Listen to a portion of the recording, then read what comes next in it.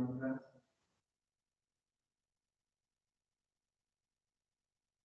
Students, आज हम लोग पिछली क्लास में हमने डोमेस्टिक और इंटरनेशनल बिजनेस पढ़ा था, मीनिंग पढ़ा था और उसके इम्पोर्टेंस पढ़े थे। आज हम पढ़ रहे हैं कि बेनिफिट्स क्या हैं, मतलब बेनिफिट्स इंटरनेशनल बिजनेस के क्या बेनिफिट्स हैं, एक तरह से क्या इंपॉर्टेंस है। तो देखिए, सबसे पहला इसका बेनिफिट ये है कि बेनिफिट टू नेशंस। देखो, देश के लिए क्या फायदा है। सबसे पहला फायदा ये है कि अर्निंग ऑफ फॉरेन एक्सचेंज। इससे क्या होता है स्टूडेंट्स, फॉरेन एक्सचेंज हमारा बढ़ जाता है। और फॉरेन एक्सचेंज जब बढ़ जाता है ना किसी देश का, तो वो देश ज्यादा दूसरे देश से सामान मंगा सकता है, क्योंकि उसके पास फॉरेन करेंसी आ जाती है। इससे देश ग्रोथ कर सकता है, बाहर की टेक्नोलॉजी परचेज कर सकता है, और उस देश के पास एम्प्लॉयमेंट पोटेंशियल्स आ जाते हैं, बिकॉज बहुत सारे बाहर के लोग अपने हमारे देश में पैसा लगाते हैं। जैसे एग्जाम्पल के तौर पे, अगर हमारा फॉरेन एक्सचेंज रिजर्व बढ़ेगा, तो इसका मतलब है कि बाहर के किसी आदमी ने या बाहर के जो ओनर है या कंपनी है, उन्होंने हमारे देश में पैसा लगाया, और वो पैसा वो अपनी करेंसी में लगाएंगे, तो हमारे पास फॉरेन एक्सचेंज आ जाएगा। तो इससे हमारा स्टैंडर्ड ऑफ लिविंग भी बढ़ेगा, हमारा ग्रोथ बढ़ने का चांस हो जाएगा, हमारे पास बहुत सारा एम्प्लॉयमेंट आएगा, क्योंकि वो यहाँ आएंगे तो वो बिल्डिंग बनाएंगे, अपनी कंपनी स्टार्ट करेंगे, प्रोडक्शन करेंगे, तो उससे हमारे पास एम्प्लॉयमेंट ज्यादा मिलेगा। तो सबसे बड़ा फायदा यही है कि जब इंटरनेशनल बिजनेस होती है, तो उससे क्या होता है कि बाहर की कंपनियां दूसरे देशों में आके अपने आप को स्टार्ट करती हैं, स्टार्टअप करती हैं। जैसे आप देखोगे, इंडिया एक हब बनता जा रहा है, बाहर के बहुत सारे लोग इंडिया में आके अपना बिजनेस लगा रहे हैं, और इंडिया उनको अट्रैक्ट भी कर रहा है कि आइए, हमारे यहाँ यूथ बहुत है, इंटेलिजेंट लोग बहुत हैं, बहुत तादाद है, सस्ते में लेबर मिल जाएंगे, तो आइए यहाँ हमारे देश में आके अपनी कंपनी स्टार्ट कीजिए, हम आपको कमवा के देंगे, मदद करेंगे, मेक इन इंडिया। तो इससे क्या होता है, फॉरेन एक्सचेंज आता है। तो सबसे पहला बेनिफिट यही है स्टूडेंट्स, कि इससे अर्न करते हैं हम फॉरेन एक्सचेंज, और इससे हमारे रिसोर्सेज बढ़ जाते हैं, एफिशिएंसी बढ़ जाती है। फिर दूसरा फायदा होता है बेनिफिट्स टू फर्म। फर्म को भी फायदा होता है, क्यों? क्योंकि फर्म जो है हायर प्रॉफिट्स अर्न करती है, उनकी इंक्रीज हो जाती है अर्निंग कैपेसिटी, ठीक है, अपने जो यूटिलाइजेशन होते हैं उनका वो अच्छा करते हैं, उनका प्रोस्पेक्ट बढ़ता है। क्योंकि देखो, अब जैसे अमेरिका है, अमेरिका में अगर आप ध्यान दोगे ना, तो वहाँ लेबर चार्ज बहुत ज्यादा है, ठीक है। वहाँ पे एक जो लेबर होता है, वो बहुत ज्यादा चार्ज लेगा, कम से कम इंडिया से 4 गुना ज्यादा उसकी सैलरी रहती है। वही काम इंडिया में अगर लेबर होगा ना, तो वही काम को आधे रेट में करके कर देगा, आधे का आधा रेट लगेगा, और मेहनत भी अच्छे से करेगा और एफिशिएंट भी होगा। तो इससे क्या होता है स्टूडेंट्स की, हायर प्रॉफिट्स हो जाती है फॉर्म को, ठीक है, और इससे उसकी कैपेसिटी भी इंक्रीज हो जाती है, और ग्रोथ प्रोस्पेक्ट बढ़ता है, क्योंकि बाहर की कंपनी जब इंडिया में आके या किसी भी देश में जाके काम करेगी, तो जो उसके रिसोर्सेस हैं, उसके अलावा दूसरे रिसोर्स भी उसको मिल जाएंगे कमाने के लिए। अब जैसे कुछ डेवलप्ड कंट्री है, वहां आप देखो पॉपुलेशन काफी कम है, ठीक है, तो वो क्या करते हैं, क्योंकि उनके पास रिसोर्सेज कम हो गए हैं, मतलब ह्यूमन रिसोर्सेज उनके पास कम है, तो उसका फायदा क्या करते हैं, उठाते हैं कि अपनी कंपनी को दूसरे देश में भी ओपन कर देते हैं, तो वहाँ रिसोर्सेज उनको मिल जाते हैं, खूब सारा लेबर मिल जाता है, लैंड मिल जाती है, और वहाँ का इंफ्रास्ट्रक्चर मिल जाता है। तो इससे क्या होता है, उनका प्रोस्पेक्ट बढ़ता है, ग्रोथ बढ़ने का चांस होता है, और कंपटीशन भी डोमेस्टिक मार्केट में बहुत तेजी से बढ़ जाता है। इससे क्या फायदा होता है कि जो हमारे देश की कंपनियां हैं, इनको भी कंपटीशन होता है, तो ये भी अपना अच्छा क्वालिटी बनाने लग जाते हैं सामान, तो मतलब बहुत अच्छे क्वालिटी में सामान प्रोड्यूस करना शुरू कर देते हैं। तो इससे हमारा विजन भी बढ़ता है, बिजनेस का आगे की सोच अच्छी हो जाती है, क्योंकि उसको पता है कि उसे कंपटीशन देना है, तो वो अपनी तरफ से और अच्छा करने लग जाती है। पॉइंट क्लियर है? Yes sir. ठीक है, ठीक है। तो ये दो तरीके थे, एक तो फॉर्म को, एक तो हमारे कंट्री को फायदा हो रहा है, और दूसरा हमारे फॉर्म्स को भी फायदा हो रहा है। तो इसका यही बेनिफिट है कि benefit to the firm as well as benefit to the country. अब आता है modes of entry to international business. कौन कौन से मोड्स हैं जिसके थ्रू इंटरनेशनल बिजनेस होती है? तो देखिए, ये हमारे पास 5 मोड है जिसके थ्रू इंटरनेशनल बिजनेस होती है। पहला वाला तो आप एकदम फेमिलियर हो, एक्सपोर्टिंग एंड इंपोर्टिंग। आपको पता है कि हम लोग अपने देश से सामान अगर ज्यादा हो जाए, तो हम लोग एक्सपोर्ट कर सकते हैं। कैसे एक्सपोर्ट करेंगे? अब जैसे हमारे यहाँ इंडिया में इस बार गन्ने की खेती खूब हुई है, गन्ना बहुत, मतलब भयंकर तरीके से गन्ने की फसल हुई है इस बार। अच्छा, इस बार सरकार ने रेट भी बढ़ा दिया है गन्ने का, और गन्ने के ऊपर गवर्नमेंट ऑफ इंडिया ने काफी आप कहोगे सब्सिडी दी है। तो इससे क्या हुआ, किसानों ने चढ़ बढ़ के गन्ने की फसल करी, जो कि अच्छी बात है। लेकिन आप देखो, ऐसा तो है नहीं ना कि किसान गन्ने की फसल तेजी से तेज कर देंगे तो अगले दिन से सब चीनी खाने लग जाएंगे। चीनी की खपत तो उतनी ही होगी ना, लोग तो उतना ही चीनी खाएंगे ना जितना पहले खा रहे थे। ये थोड़ी ना है कि चीनी होने लगी कि मतलब गन्ना होने लगा तो आप और कंजम्पशन बढ़ा दोगे। तो इससे क्या होता है, अगर हमारे पास ज्यादा प्रोडक्शन हो जाता है तो हम क्या करते हैं, इसको एक्सपोर्ट कर सकते हैं। ठीक है, तो हमारे देश के किसान जो हैं या जो कंपनियां हैं जो चीनी बनाती हैं, वो चीनी बना के, शुगर बना के और उसी को एक्सपोर्ट करना शुरू कर देंगे। तो एक तरीका ये है। दूसरा तरीका है इम्पोर्ट। इंटरनेशनल बिजनेस में हम इम्पोर्ट भी कर सकते हैं। जैसे मान लो हमारे पास कोई सामान नहीं है, मान लो अच्छे किस्म का वेंटिलेटर नहीं है, तो हम दूसरे देश से वेंटिलेटर ला सकते हैं। ठीक है, इसी तरह से और भी बहुत सारा चीज हम कर सकते हैं। जैसे हमारे पास कोई भी चीज की कमी होगी, कोई मान लो मशीन अच्छी नहीं है, हेल्थ इक्विपमेंट की मशीन अच्छी नहीं है, तो हम दूसरे कंट्री जहाँ पे डेवलप्ड है वहां से हम लोग मंगा सकते हैं, इंपोर्ट कर सकते हैं। तो एक तो ये तरीका होगा। ठीक है, दूसरा है कॉन्ट्रैक्ट मैन्युफैक्चरिंग। ये भी एक तरीका है जिससे हम इंटरनेशनल बिजनेस को परफॉर्म करते हैं। फिर लाइसेंसिंग है, जॉइंट वेंचर है और होली ओन सब्सिडियरी है। तो एक एक करके हम पहले पढ़ेंगे। सबसे पहले हम बात करते हैं एक्सपोर्ट इंपोर्ट की। तो एक्सपोर्टिंग क्या है, एक्सपोर्ट क्या है, अभी मैंने बता दिया आपको कि export refers to sending of goods and services for sale from home country to foreign. इसमें क्या होता है कि हम अपने देश से सामान दूसरे देश में जब भेजते हैं तो उसको हम क्या बोलते हैं, एक्सपोर्ट। और नीचे देखो इंपोर्टिंग क्या है, importing means purchasing goods and services from the foreign country for domestic use. जब भी हम अपने देश में दूसरे देश से सामान मंगाते हैं अपने निजी इस्तेमाल के लिए, अपने पर्सनल यूज के लिए कंट्री मंगाती है, तो उसको हम बोलते हैं importing. Is the point clear to everybody? Yes sir. ठीक है, अब देखो इसके एडवांटेज भी, एडवांटेज होते हैं एक्सपोर्टिंग के और इंपोर्टिंग के। देखो सबसे पहला एडवांटेज तो ये होता है कि ये अगर आप देखोगे ना तो लेस कॉम्प्लेक्सिटी है, ज्यादा कॉम्प्लेक्स नहीं होता है। कई बच्चों को लग रहा होगा कि सर इंपोर्ट करना तो बड़ा मुश्किल काम है, ऐसे करो वैसे करो। बहुत आसान है। इंपोर्ट करने में कोई ज्यादा भयंकर भाग दौड़ नहीं करनी होती है। ठीक है, इसका प्रोसीजर आगे चल के है, वैसे तो अभी सिलेबस से हटा दिया गया है, लेकिन इसका आप पढ़ोगे आगे चल के कि बहुत ही सिंपल प्रोसीजर है। गवर्नमेंट ने बहुत आसान कर रखा है। आपको जैसे इंपोर्ट करना है ना, तो आपको ज्यादा कुछ नहीं करना है। कुछ स्टेप्स होते हैं आपको फॉलो करना है, उसके लिए रजिस्ट्रेशन वगैरह कराना होता है, फिर आपको एक नंबर मिल जाता है और उसी से आप इंपोर्ट एक्सपोर्ट कर सकते हो। टू बी वेरी, मतलब अगर मैं ब्रीफ में बताऊं बहुत सिंपल भाषा में, तो आपको एक एजेंट मिल जाता है, एजेंट से आप लाइसेंसिंग करवा के सब कर सकते हो। बहुत ईजी है, तो लेस कॉम्प्लेक्सिटी होता है। फिर ऊपर से इसमें पैसा भी कम लगता है, लेस इन्वेस्टमेंट और लेस रिस्क। रिस्क भी कम है। अब आप कहोगे कि सर जब हम यहाँ से सामान एक्सपोर्ट करते होंगे तो इसमें तो भयंकर रिस्क है। मान लो हमने यहाँ से अमेरिका में सामान भेजा, तो अमेरिका में जब सामान जाएगा तो पैसा मिले ना मिले इसका तो भयंकर रिस्क है। तो आंसर है नहीं। एक्चुअली क्या होता है कि वहाँ का एक बैंक होता है, जो हम वहाँ का बैंक गारंटी लेता है हमारे यहाँ के बैंक से कि भाई यहाँ से इतने का सामान भेजा जा रहा है, जब ये सामान पहुंच जाएगा तो हम आपको पैसा भेज देंगे। तो ये ट्रांजैक्शन पहले ही बैंक टू बैंक हो जाता है, पैसे पहले ही जमा हो जाते हैं बैंक। तो इसलिए इसमें रिस्क नहीं रहता, नुकसान नहीं होता, बल्कि उल्टा डोमेस्टिक बिजनेस के अंदर पैसे मारा जाता है रिश्तेदारी के चक्कर में या फ्रेंड सर्कल के चक्कर में। लेकिन वहां तो कोई रिश्तेदारी, कोई फ्रेंड सर्कल नहीं है, तो इसीलिए बिजनेस बहुत आसान बनाया गया है। तो इसके तीन एडवांटेज हैं स्टूडेंट्स। अगर मैं दूसरे मोड के पॉइंट ऑफ व्यू से देखूं तो एक तो लेस कॉम्प्लेक्सिटी है, कॉम्प्लिकेटेड नहीं है, बहुत आसान है। लेस इन्वेस्टमेंट, ज्यादा पैसा आपको लगाना नहीं पड़ता। जो भी चीज आपने मैन्युफैक्चर किया, बेच दिया, वहां पे उसको मिल जाएगा, वो पैसा आपको पे कर देगा बैंक उसका, हमारे बैंक में आ जाएगा, हम पैसा लेंगे।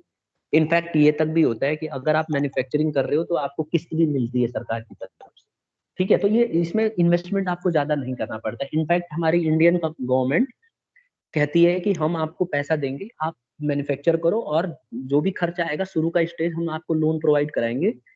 ठीक है, उल्टा और डिस्काउंट भी देंगे अगर आप विदेश में भेजोगे तो ये लेस इन्वेस्ट, इसमें ज्यादा पैसे की लागत नहीं आती है और रिस्क की भी कम है, क्योंकि बैंक रेस्पॉन्सिबिलिटी लेता है पैसा पे करने का।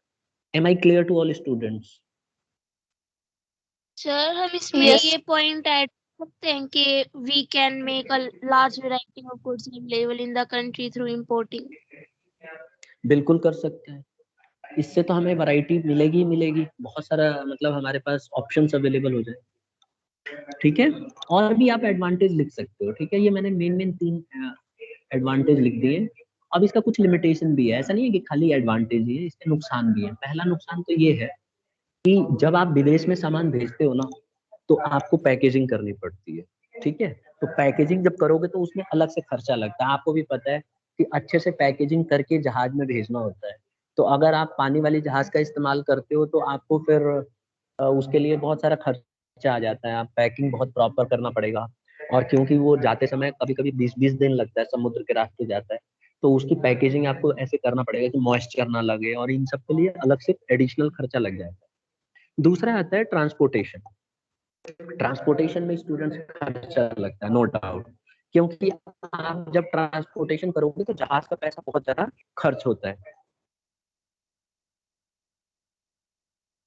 तो जो जहाज का खर्चा है ना, ये जहाज का खर्चा बहुत ज्यादा लग जाता है, क्योंकि आप जहाज से भेजोगे तो इसमें आप पानी के जहाज से भेजेंगे तो इसके लिए आपको इंश्योरेंस कंपनी से इंश्योरेंस भी कराना पड़ेगा, ठीक है, कस्टम ड्यूटी भी देना पड़ेगा, गवर्नमेंट कस्टम ड्यूटी भी लेती है। तो ये खर्चा सब मिला जुला के बहुत ही ज्यादा हमारा कॉस्टली पड़ जाता है। ये पॉइंट क्लियर हो गया स्टूडेंट्स? Yes sir. एक और पॉइंट आता है, इसमें आप देखेंगे इंपोर्ट रेस्ट्रिक्शंस। कई बार क्या होता है कि जो कंट्रीज होती है ना, वो रेस्ट्रिक्शंस डाल के रखती हैं।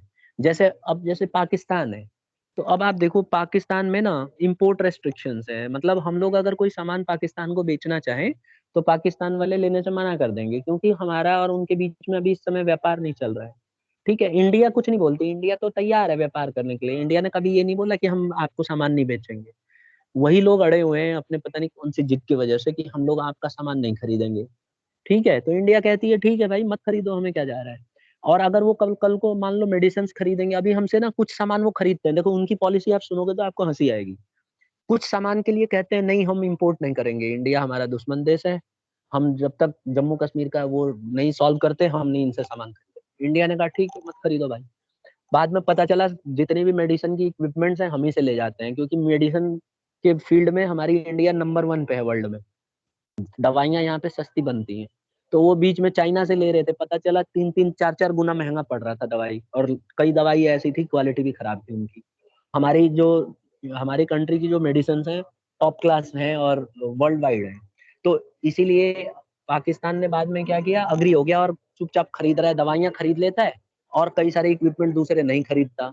तो इससे हमें ये कोई फ़र्क नहीं पड़ता। लेकिन होता क्या है यहाँ पे कि रेस्ट्रिक्शंस तो हैं। अगर कोई भारत का किसान एक्सपोर्ट करना चाहे पाकिस्तान को, तो पाकिस्तान लेने से मना कर देते हैं कई सारे सामान। तो ये एक सबसे बड़ा डिसएडवांटेज है हमारे लिए कि डिपेंड करता है कंट्री टू कंट्री, कौन कंट्री हमसे खरीदेगी, कौन कंट्री हमसे नहीं खरीदेगी। जो हमसे कंट्री जिस कंट्री ने हमारे ऊपर रेस्ट्रिक्शंस लगाए रखे हैं उसको तो हम बेच ही नहीं सकते ना। तो ये एक सबसे बड़ी प्रॉब्लम है। फिर तीसरा आता है less direct contact with foreign market. Actually में होता क्या है कि मार्केट में क्या चल रहा है इस समय, क्या लोगों की पल्स है, मतलब एक्चुअली में किस तरह के लोगों का व्यू है, लोग खरीदना चाहते हैं कि नहीं खरीदना चाहते, इसकी जानकारी हमें नहीं पता रहती है। क्योंकि देखो हम अपने देश में हैं तो हम अपने देश के बारे में सब कुछ जानते हैं, तो हम यहाँ के हिसाब से जो है सामान को जानते हैं कि कस्टमर को किस तरह का प्रोडक्ट चाहिए होगा, तो हम उसी तरह के प्रोडक्ट को बनाते हैं, मैन्युफैक्चर करते हैं। लेकिन फॉरेन कंट्री में हमें नहीं पता होता है कि किस तरह की डिमांड चाहिए उसको, तो इसीलिए वहाँ के लोगों की ना हम पल्स हम नहीं समझ पाते। तो ये एक हमारे लिए सबसे बड़ी प्रॉब्लम। ये पॉइंट क्लियर हो गया सबको? Yes sir. तो आज हमने अभी तक जो हमने पढ़ा है कि हमने पढ़ा कि जो ये वाला देखो, हमारे बेनिफिट्स इंटरनेशनल बिजनेस के दो बेनिफिट हैं। पहला, एक तो हमारे कंट्री को बेनिफिट होता है, नेशन को, जिसमें हमें फॉरेन एक्सचेंज मिल जाता है, एफिशिएंट यूज ऑफ रिसोर्सेस होते हैं, हमारा ग्रोथ प्रोस्पेक्ट बढ़ जाता है, एम्प्लॉयमेंट हो जाता है बहुत सारा, और हमारा स्टैंडर्ड ऑफ लिविंग बढ़ जाता है, रहने का हमारा ना जो स्टैंडर्ड है वो अच्छा हो जाता है। लेकिन और हमारे फॉर्म्स को क्या फायदा है, फॉर्म को ज्यादा प्रॉफिट होता है, फॉर्म की कैपेसिटी बढ़ जाती है, ग्रोथ बढ़ने में मदद मिलता है, और बहुत कंपटीशन आ जाता है मार्केट के अंदर, क्योंकि बाहर की कंपनियां टक्कर देती हैं, और हमारा विजन बढ़ जाता है बिजनेस का। तो ये हमने दो बहुत बड़े बड़े फायदे हैं। ठीक है, मैंने सारे हेडिंग्स लिखे हैं, ध्यान रखना, इनको आपको एक्सप्लेन करना है। जैसे हायर प्रॉफिट्स में लिखोगे कि फॉर्म जब बाहर देश में अपना सामान एक्सपोर्ट करता है तो उसका सेल ऑटोमेटिक अपने कंट्री में तो करता ही करता है, साथ में दूसरे देश में भी करता है। तो इसकी वजह से ज्यादा सेल्स होने की वजह से मार्जिन ऑफ प्रॉफिट उसका बढ़ जाता है। और इसी तरह से कैपेसिटी उसकी बढ़ती है, यूटिलाइजेशन करने लगता है, ग्रोथ बढ़ जाती है। तो ये सारे एक्सप्लेन कर दोगे, दीज आर हेडिंग्स। अब आ जाता है इंटरनेशनल बिजनेस के मोड्स। तो पहला हमने कर लिया डिस्कस, एक्सपोर्ट और इंपोर्ट। हमने पढ़ा एक्सपोर्ट में सामान एक देश से दूसरे देश में भेजा जाता है और इंपोर्ट में सामान दूसरे देश से अपने देश में मंगाया जाता है डोमेस्टिक यूज के लिए। अब हमने फिर इसके एडवांटेज पढ़े। हमने पढ़ा कि बहुत कम्प्लेक्सिटी ज्यादा नहीं होती है, इन्वेस्टमेंट भी कुछ खास नहीं करना पड़ता और रिस्क इसमें कम होता है।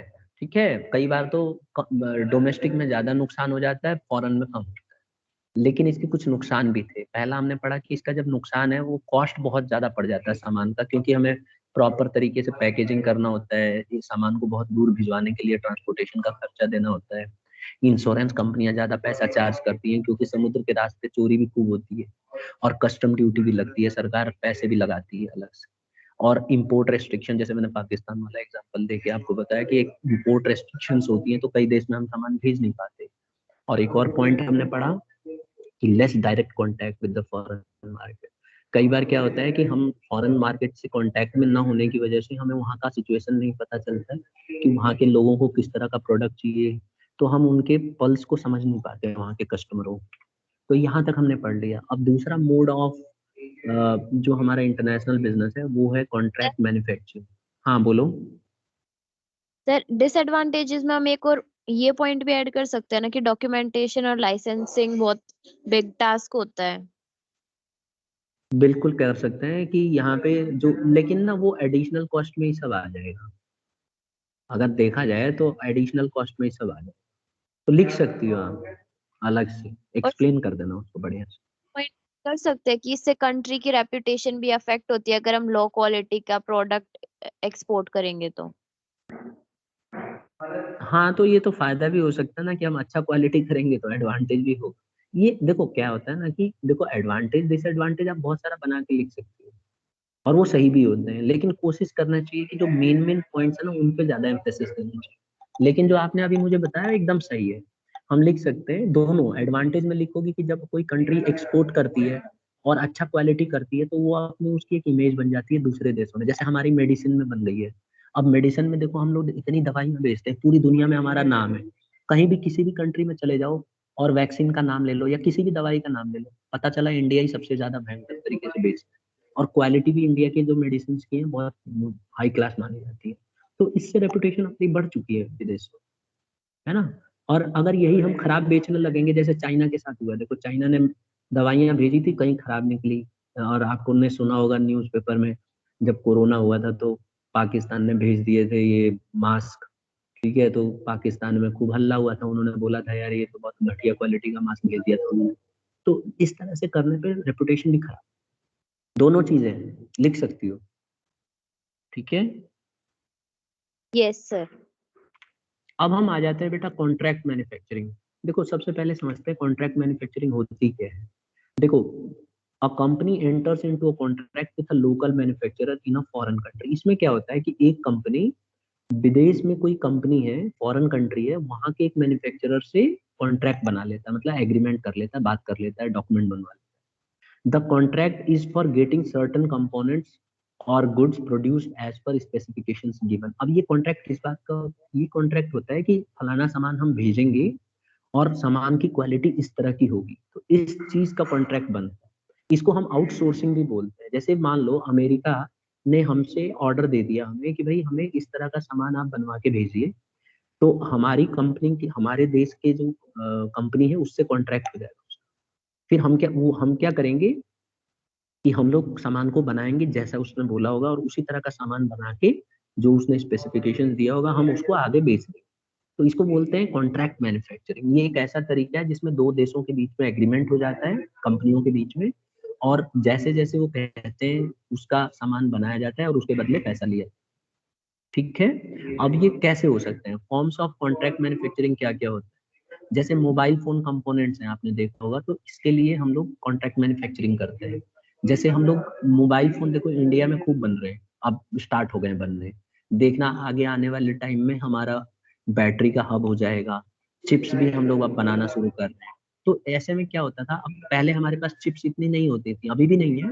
तो हम लोग दूसरे देश की जो जो देश बहुत पॉपुलर है चिप्स बनाने में, जैसे कि ताइवान है, और चाइना है। तो इनके साथ हम कॉन्ट्रैक्ट मैन्युफैक्चरिंग करती थी, हमारी देश की कंपनी है, मोबाइल कंपनियां, और उनको ऑर्डर देती थी कि आप इतना चिप बना के हमें इस क्वालिटी का चिप दे दो, और ये इसका स्पेसिफिकेशन होना चाहिए, इतने का कॉस्ट होना चाहिए। तो वो लोग बना के हमें भेज देते थे। तो वही चीज है, forms of contract manufacturing. There are 3 forms of contract manufacturing. Number 1, production of certain components only, कुछ कंपोनेंट्स बनाने का भी कॉन्ट्रैक्ट होता है। Assembly of components into final products, हम असेंबली का भी बोल सकते हैं कि सब असेंबल करके दे दो, या कंप्लीट मैन्युफैक्चर भी हो सकता है कि पूरा बना के दो। अब जैसे आप एग्जांपल के लिए, जैसे मान लो इंडिया जो है रफाल खरीद रहा है, तो कंप्लीट मैन्युफैक्चरिंग ऑफ प्रोडक्ट्स है। हम लोगों, हमारी गवर्नमेंट ऑफ इंडिया ने उनके साथ, उनकी एक कंपनी है, उसके साथ कॉन्ट्रैक्ट किया कि आप हमें इतने जहाज भेजोगे रफाल। तो पहले 36 भेजना था, उन्होंने 36 कंप्लीट मैन्युफैक्चर करके हमें प्रोडक्ट्स दे दिए। ठीक है। अब इसी तरह से अगर हमने बोला होता कि हमारा, हमें एक सर्टन कंपोनेंट्स दो, जैसे देखो अभी क्या है, हम हमारी इंडिया में हम लोग एक जेट फाइटर बना रहे हैं, और बहुत एडवांस जेट फाइटर है। तो उसके लिए हमें ना इंजन नहीं बन पाया, हमारे इंडिया में कई 12-13 साल से इंजन बना रहे थे, वो फिर मतलब अच्छा नहीं बन पाया है। ठीक है। तो हमने रिक्वेस्ट की दूसरे देशों से, जब हमने फ्रांस से रिक्वेस्ट की, तो अभी अमेरिका के साथ कॉन्ट्रैक्ट हो गया कि अमेरिका ने बोला ठीक है, हम कुछ आपको इंजन जो जो है, उसके इंजन जो है वो हम प्रोवाइड करा देंगे। तो प्रोडक्शन ऑफ सर्टन कंपोनेंट्स, तो हमने उनको बोला कि इस तरह का इंजन हमें बना के दे दो, और हमें बाकी कंपोनेंट्स हम अपने देश में ही बना लेंगे। तो वो लोग हमें इंजन प्रोवाइड करेंगे, वो इंजन हम अपने उसी तरह का वो बना रखा होगा डिजाइन, हम उसमें फिट कर देंगे उसको, तो बन जाएगा। ठीक है। और कई बार असेंबली का होता है कि हम कई जगह से सामान मंगवा के और असेंबल करवा लें। बात क्लियर हो गई सबको? Yes sir. अब आ जाता है मेरिट्स ऑफ कॉन्ट्रैक्ट मैन्युफैक्चरिंग। ये कॉन्ट्रैक्ट मैन्युफैक्चरिंग में किसी को डाउट है? No no sir. सर। तो कोई मुझे एग्जांपल देगा बढ़िया सा कॉन्ट्रैक्ट मैन्युफैक्चरिंग का, सोच के देखता हूँ कितने समझदार बच्चे हैं। कोई भी बच्चा हैंड रेज करेगा जिसको बताना है, कोई भी एग्जांपल सोच के बताओ, जो डेली रूटीन में आप देखते हो कोई सामान में कॉन्ट्रैक्ट मैन्युफैक्चरिंग हो रहा है, हैंड रेज करो।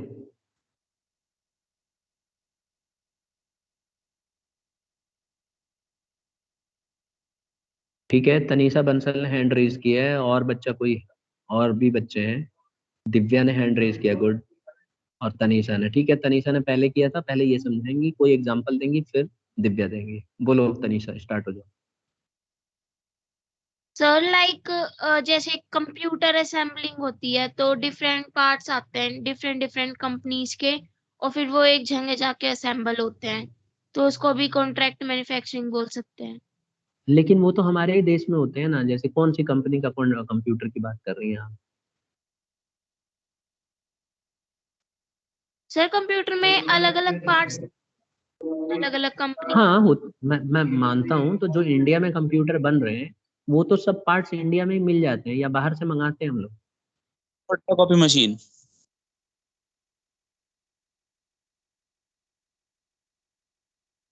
तनीषा, आप ये कहना चाह रही हो कि सर चिप्स बाहर से आते हैं, कुछ ताइवान से बने होते हैं, कुछ इंडिया के बने होते हैं, तो सर बेसिकली हम लोग मंगा के ही असेंबल करते हैं, ये कह रही हो? Yes sir. तो आंसर बिल्कुल सही है। जब हम लोग कंप्यूटर बनाते हैं तो आप देखोगे असेंबली करके बनाते हैं, असेंबलिंग होती है उसमें। तो सारे सामान इंडिया तो बनाती नहीं है, जैसे मैंने बोला ना कि चिप नहीं बनाती, तो चिप, बैटरी नहीं बनाती, बैटरी पहले नहीं बनाती थी, तो बैटरी को भी हम खरीदते हैं चाइना से, मेड इन चाइना देखना लिखा रहता है, और लास्ट में बना के उसको हम अपना इंडिया का लोगो लगा देते हैं। तो ऐसे हर एक कंपनियां करती। फिर एक स्टूडेंट ने बोला सर फोटोकॉपी मशीन, उसमें क्या होता है बेटा? क्या हम ऑर्डर करके मंगवाते हैं दूसरे देश से उसके पार्ट्स? किसने बताया था? सर हाँ। सर एप्पल के फोन में सोनी के कैमरास लगते हैं वैसे असेंबल हाँ करके। ठीक है, समझ गया। दिव्या आप बता दो लास्ट में। सर जैसे आईफोन कंपनी ने कॉन्ट्रैक्ट मैन्युफैक्चरिंग कर रखी है सैमसंग के साथ, तो सर सैमसंग उनको कैमरास और सर जो अंदर के डिवाइस होते हैं वो देता है और वो अपने में डाल देते हैं।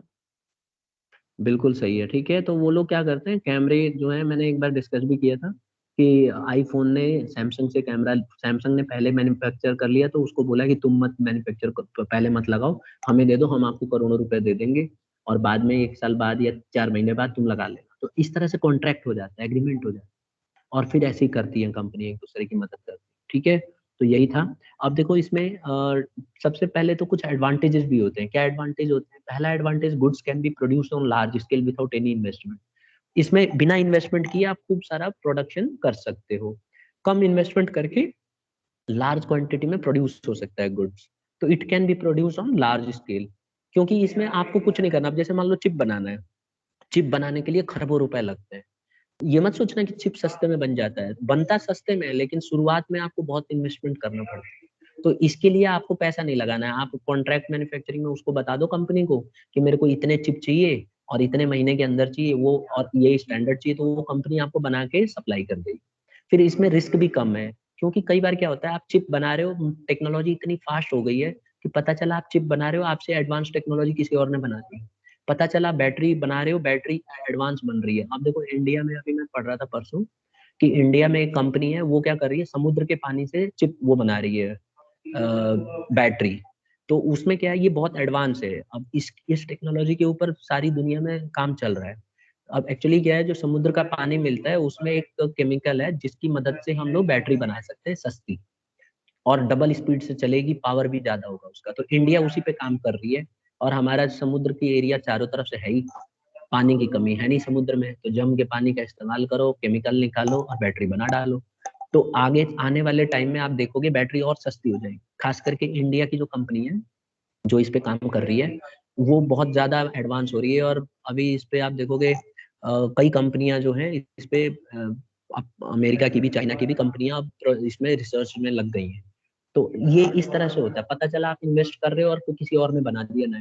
तो इसका ये भी एक फायदा है कि आप जब कॉन्ट्रैक्ट मैन्युफैक्चरिंग करते हो तो आपका अपना खर्चा नहीं लगता, अगर कुछ नुकसान हुआ तो दूसरे वाली पार्टी का हो।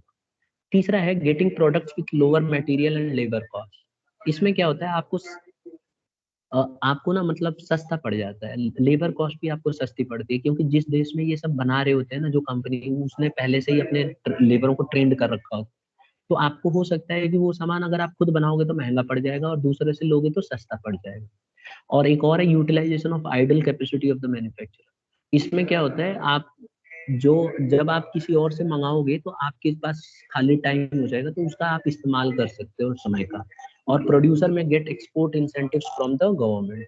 और जो भी इसका प्रोडक्शन कर, अब जैसे मान लो हमें कॉन्ट्रैक्ट मैन्युफैक्चरिंग मिल गई, जैसे मेडिसिन की मिली हुई है, वैक्सीन की मिली हुई है, तो इससे गवर्नमेंट की तरफ से भी बहुत सारा इंसेंटिव मिल जाता है। जैसे इंडिया में मेडिसिन बनती है ना, तो हमारी इंडियन गवर्नमेंट बहुत सारा इंसेंटिव देती है कंपनियों को मेडिसिन बनाने के लिए, जिससे कि और प्रमोशन मिले। ठीक है, तो अभी देखो आंध्र प्रदेश में बहुत सारे मेडिसिन के वो खुल रहे हैं हब, मतलब बहुत बड़ी बड़ी कंपनियां आ रही है, तो वहाँ की गवर्नमेंट जो है अलाउ कर रही है कि ठीक है हम आपको बिजली 3 साल फ्री देंगे, ऐसे इस तरह से छूट मिल जाती है।